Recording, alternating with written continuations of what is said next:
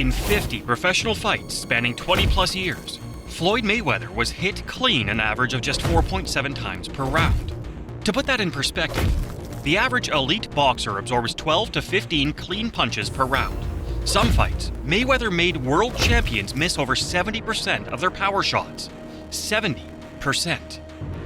How did one man rewrite the rules of boxing defense so completely that his opponents were essentially shadowboxing?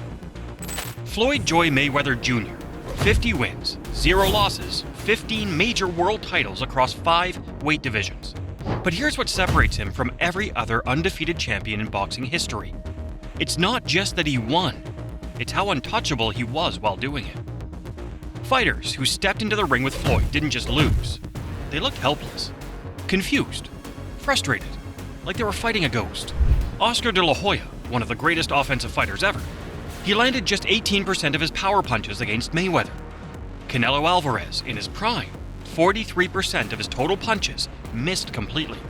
Tonight, we're breaking down the blueprint, the science, the technique, the ring IQ that transformed a kid from Grand Rapids, Michigan, into Money Mayweather, the most defensively gifted boxer the sport has ever seen. Because what Floyd did in that ring wasn't just boxing. It was art. It was chess. It was a masterclass in making world-class athletes miss.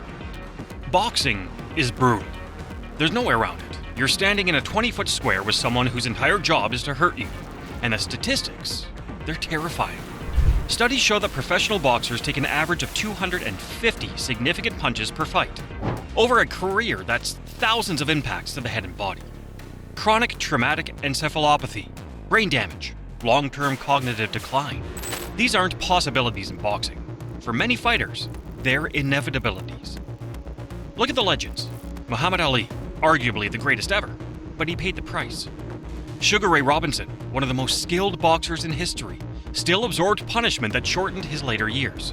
Even defensive wizards like Pernell Whitaker and Wilfred Benitez took shots that accumulated over time. Every boxer faces the same fundamental problem.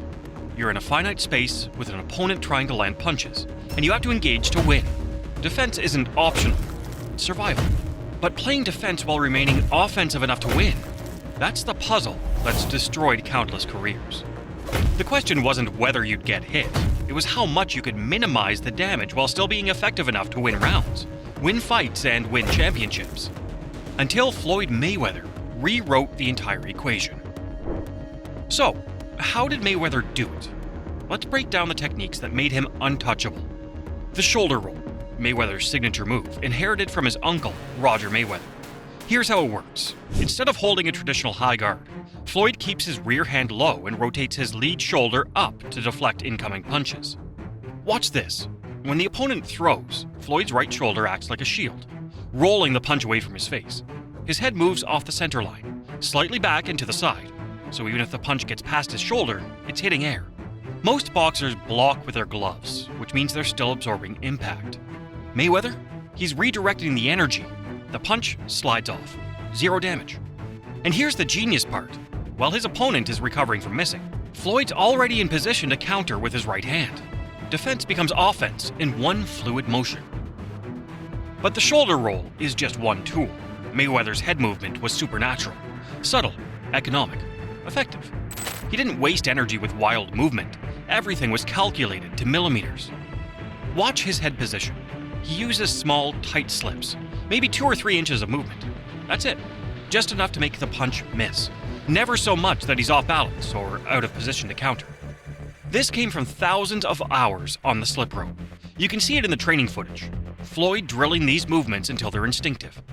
By the time he's in the ring, he's not thinking. He's reacting faster than his opponents can adjust. Look at this against Zab Judah. 4-punch combination, all power shots. And Floyd's head isn't where it was a fraction of a second before.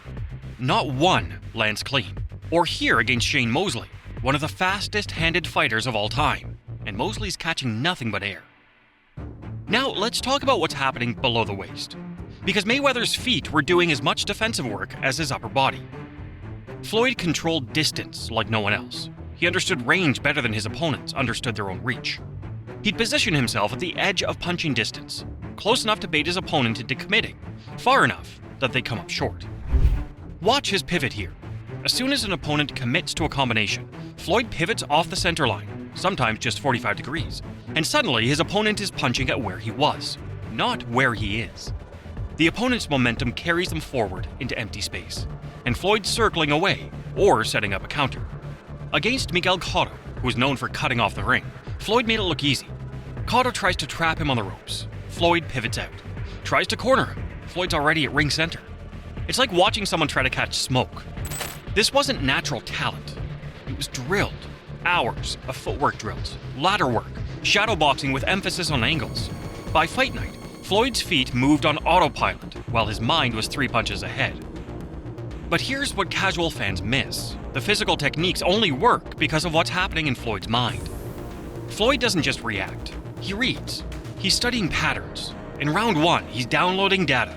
By round 3, he knows your rhythm. By round 6, he's anticipating your punches before you've even decided to throw them. He said it himself. I can see a punch coming from the way my opponent shifts their weight. That's not confidence. That's pattern recognition at an elite level.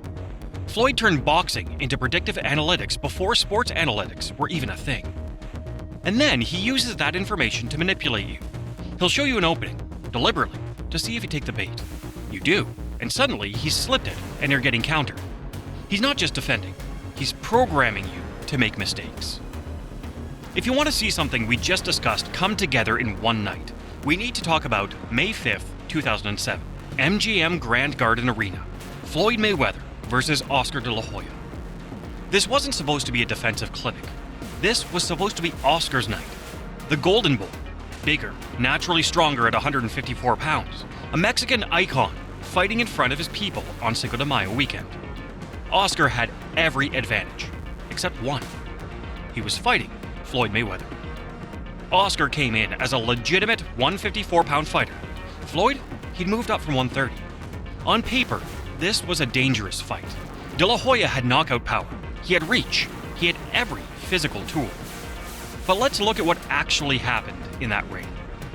Early rounds, Oscar comes out aggressive. He's trying to use his size, push Floyd around, land that left hook to the body and head. And for about 2 rounds, it looks competitive. Then Floyd adjusts. Watch round 4. Oscar throws a 6-punch combination. Jab, jab, left hook, right hand, left hook, body shot. How many land? 0. Floyd's shoulder rolling the jabs, slipping the hooks, and that right hand. He's already pivoted away. Oscar hits nothing but leather and air. By round 7, the numbers are brutal.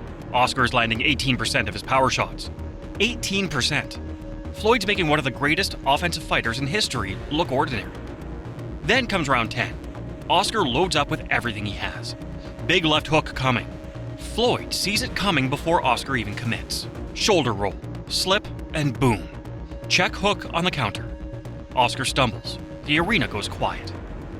Final rounds, Oscar's exhausted. Not from getting hit, but from missing. He's thrown hundreds of punches at a target that isn't there.